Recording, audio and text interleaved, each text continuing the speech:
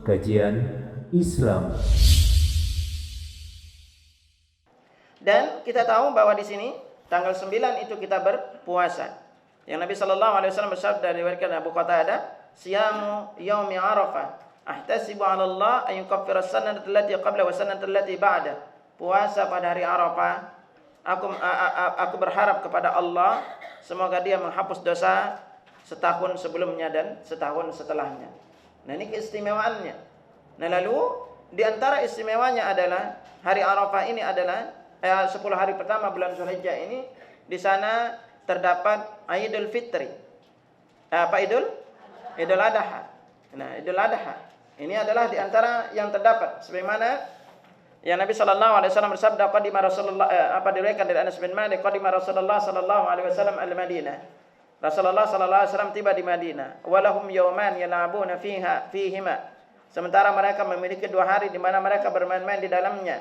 Faqala, kemudian beliau bertanya, ma hadzanil yawman? 2 hari apakah ini? Qalu, mereka menjawab, kunna nalabu fihima fil jahiliyah. Dulu di masa jahiliyah kami bermain-main pada kedua hari ini. Lalu faqala Rasulullah sallallahu alaihi wasallam, kemudian Rasulullah sallallahu alaihi wasallam bersabda, innallaha qad abdalakum bihima khairan minhuma yaumal adha wa yaumal fitr. Sesungguhnya Allah telah menggantikan untuk kalian sesuatu yang lebih baik dari keduanya, yaitu hari Idul Adha dan hari Fitr. Nah, ini menunjukkan juga di sini ada Idul Adha yang dengannya seorang muslim itu juga menyembelih. Nah, juga dalam hadis lain dijelaskan bahwa sebaik-baik hari tadi yang kita singgung, adzamul ayyam 'indallahi yaumun nahar. Hari yang paling agung di sisi Allah itu adalah hari An-Nahar, yaitu hari penyembelihan, Yaumul Qar, kemudian hari Tasyrik. Nah, sementara itu berada di 10 Zulhijjah. Nah, karena itu menyembelih binatang kurban pada hari 10 Zulhijjah lebih besar pahalanya dibanding hari-hari Tasyrik.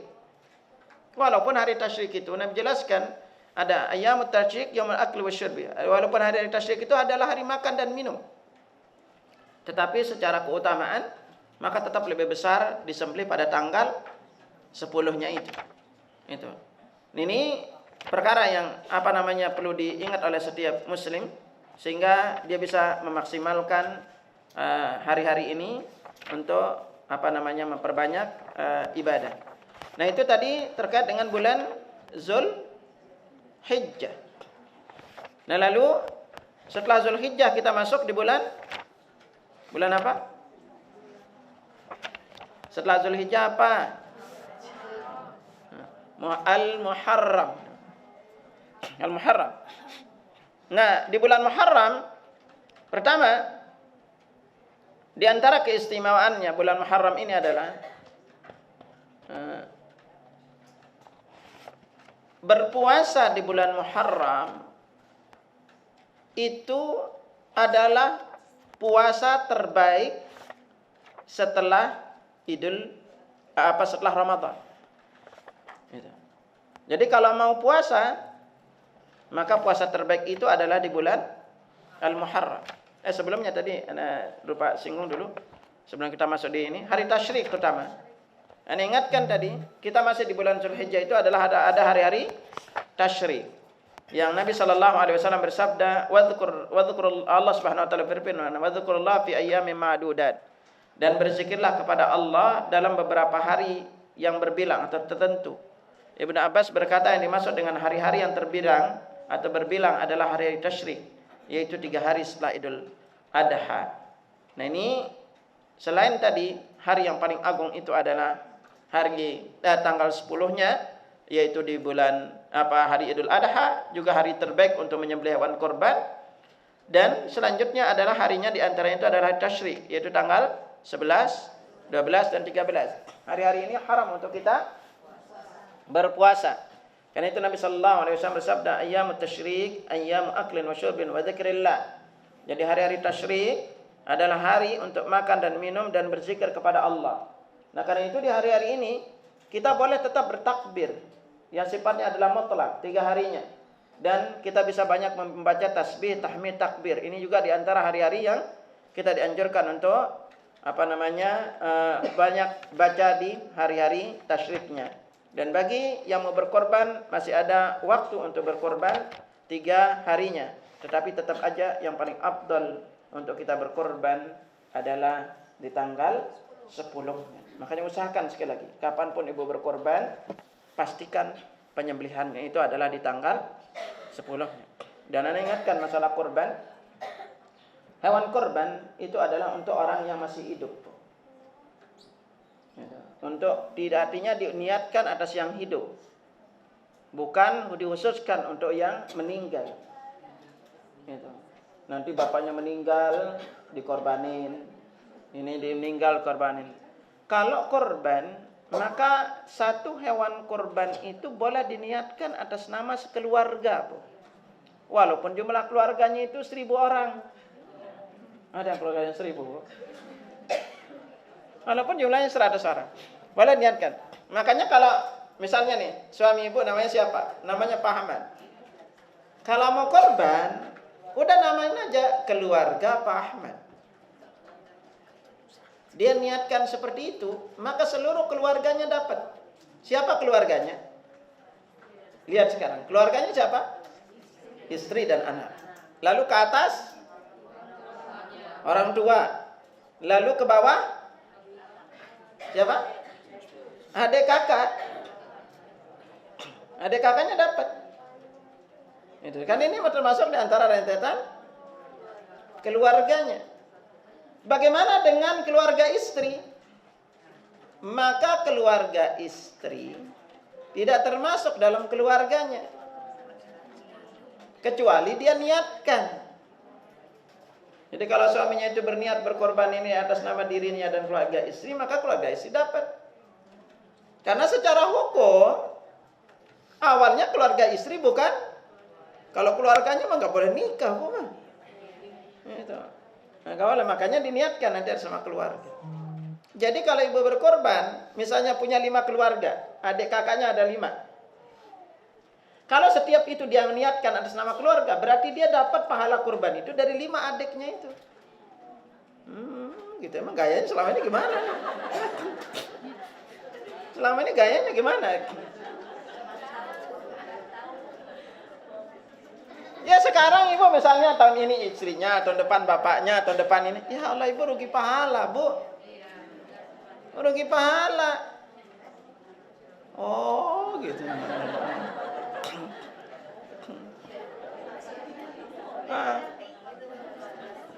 Ya, ibu rugi pahala, kasihan ibu sebenarnya harus dapat. Bapaknya nih, bapaknya kalau dia niatin atas sama keluarga, semua anak berkorban orang tua dapat. Hatta ibu bisa niatkan keluarga yang sudah meninggal juga boleh. Hatta yang sudah meninggal. Makanya hewan kurban itu dikhususkan untuk diniatkan terutama bagi mereka yang ketika kita hidup nih, ketika kita bilang keluarga, emang keluarga ibu siapa? Kan kakek nenek yang sudah meninggal keluarga juga dapat. Makanya bilangnya keluarga. Kalau panitia bilang Ustaz ini harus diniatin atas nama satu orang, biarin aja dia, yang penting kan yang tahu niat ibu Allah, biarin aja untuk pencatatan. Kan itu untuk pencatatan, Bu. Pencatatannya di ini biarin aja. Tapi kan niatnya ibu yang ini. Ibu niatkan atas nama keluarga. Makanya yang paling afdal, Bu, kalau berbicara hewan kurban, ibu bapak yang punya kambing, bapak yang sembelih sendiri toh. Oh, gitu emang nggak pernah nyembelih nih gitu. Kalau nggak pernah nyembelih suaminya gimana mau tebus orang, nanti nggak berani gitu tebus orang. Makanya nyembelih, ibu sembelih, udah disembelih apa? Kulitin sendiri, makan sendiri dengan keluarga. Kalau lebih bagi.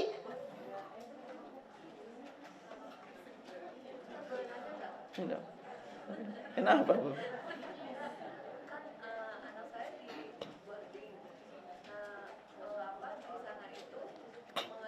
Iuran. Enggak, jadi anak saya sendiri, teman-temannya sendiri itu gimana? Ya kalau dia sendiri-sendiri nanti tetap niatkan atas nama keluarga. Misalnya kalau dia buat tabungan korban, nanti dia dinabung di sekolah, pas ini berkorban tetap harus diniatkan atas nama keluarganya aja. Misalnya siapa nama anak ibu di atas nama keluarga Adi, udah selesai. Yang paling afdal itu ibu punya hewan kurban, ibu yang sembelih, lalu makan sekeluarga, lebih bagi. Ya sekarang kambing satu keluarga 100 mau dibagi gimana? Habis sama keluarga sendiri. Yang paling abdal ibu kasih keluarga sendiri. Hewan kurban itu paling abdal. Makanya sunnahnya itu yang udah hilang dari kaum muslimin. Sunnahnya hewan kurban adalah nyembelih sendiri itu udah hilang dari kaum muslimin. Kita kebanyakan serahin ke panitia. Apalagi nambah kalau berkurban gak berani makan daging kurbannya. Ini keliru banget, Bu. Masa kita yang kurban ikut makan? Justru sunnahnya pertama Nabi katakan kulu, makan, simpan, sedekahin. Ini di waktu lapang. Lalu Nabi katakan makan, sedekahin, simpan. Kan pertama disuruh itu makan. Kalau lebih sedekahin. Ya sekarang dibagi sama keluarga aja habis. Apa yang dibagi sedekahin? Apa yang disedekahin? Yang paling lebih utama ibu kasih itu yang paling abdal adalah keluarga. Lebih abdal dikasih. Kan sekarang kondisinya nanti kalau semuanya pada kurban, siapa yang menerima daging kurbannya, Bu? Sekarang kondisinya aja lebih banyak yang kurban, yang nerima dibanding yang korban. Silakan. Ibu bisa paling abdal kalau bisa makan itu lebih abdal karena ini lebih dekat kepada sunnah Nabi dibanding yang tidak makan. Kecuali kalau ada masalah. Makan daging kambing. Ini juga aneh ingetin yang keliru di ibu-ibu. Yang disunnahkan makan daging hewan kurban sendiri. Itu apa yang ibu kurban? Ini enggak kurban kambing minta daging sapi. Gimana ceritanya, Bu? Itu. Yang korban sapi pengen ngate kalau minta kambing. Yang disuruh itu makan hewan kurban sendiri. Gitu. Makanya kalau ibu nyembelih sendiri kan lebih dimakan sendiri. Gitu. Kalau kepengen dapat sapi, ikut korban sapi. Tetapi kalau ibu disuruh pilih nanti, mana lebih baik patungan atau beli utuh, maka yang korban yang afdol adalah utuh. Yang utuh. Satu kambing, satu sapi, atau satu onta. Gimana lebih baik patungan? Lebih baik utuh, Bu. Daripada ibu akan patungan sapi, lebih baik beli kambing satu yang utuh. Ya usahakan lebih banyak dagingnya. Ibu kan maunya daging. Allah firmankan apa? La yanalallaha luhumuha wala dima'uha walakin yanalu taqwa minkum. Allah itu tidak menerima darah dan daging yang diterima dari kalian itu takwa kalian. Gitu. Ya Ustaz kan kalau kurban sapi lebih banyak dagingnya. Karena ibu maunya daging gitu kan. Maunya dagingnya. Maka lebih abdal itu kurban utuh. Kuncinya utuh. Kalaupun sapi boleh ber-7. Kalau onta boleh ber-7 atau ber-10. Onta boleh. Tapi kambing nggak boleh patungan. Yang abdal itu semakin banyak darah yang dialirkan di hari itu lebih abdal. Dan kalau untuk hewan kurban tidak punya asnaf, siapapun boleh, baik yang kaya maupun miskin. Ini yang kaya semangatan dapat gitu kan. Nah, silakan dibagi, terutama yang paling utama dibagi kepada keluarga. Lalu silakan setelah itu lebih bagikan kepada fakir miskin. Tapi kalau suami ibu ngerokok nih, lalu nggak kurban, itu bisa dosa. Coba sekarang, dia ngerokok, berapa sehari sebungkusnya? Berapa sebungkus? Pada nggak ngerokok kan? Nah, kurang lebih sebungkus itu 20 ribuan katanya ya. Anda nggak tahu udah benar beli. Kalau 2 sehari 20 ribu, kali 30 berapa Pak? Hah? 600 ya? 600 kali 12 berapa?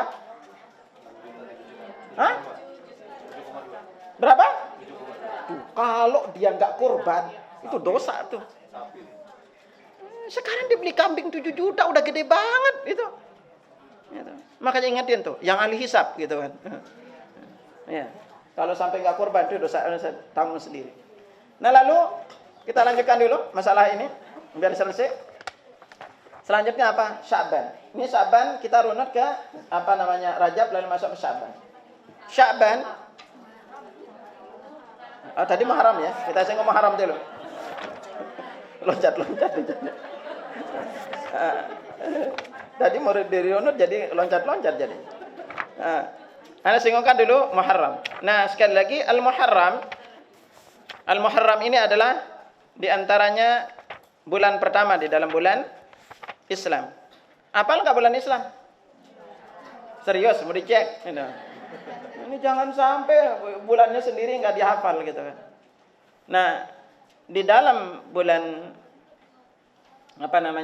Al-Muharram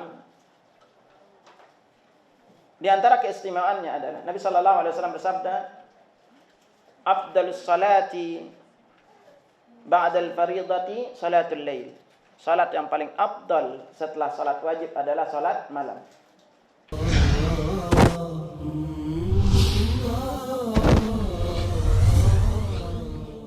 Kajian Islam.